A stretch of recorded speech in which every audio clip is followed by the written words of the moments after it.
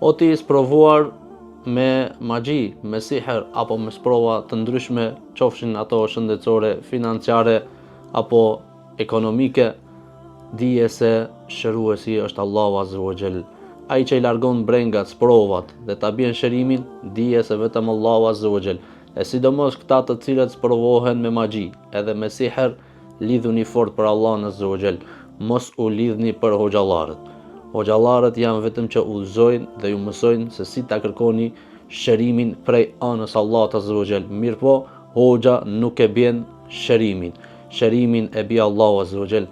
Për shkak se Allahu tha me gojen e Musait a.s. kur i mësoi Musait a.s. dhe tha pasi e sprovoi me sëmundje, tha wa idha maridtu fa huwa yashfin.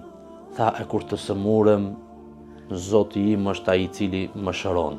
Pra këtu na bëhet e qartë të dashur vëllezër se të gjitha mjekimet, të gjitha ilaçet të cilat ne i pim, ata vetëm janë sebeb drejt shërimit, ama mjekimin dhe shërimin e bie vetëm Allahu Dhul Gjelal nëse ai dëshiron. Andaj lutju vetëm atij që të shëron, të t'i largon sprovat, sepse vetëm ai është i forti për çdo send dhe ka aftësi për çdo send. Dhe kur të doje diçka, i thot bëhu dhe ajo bëhet.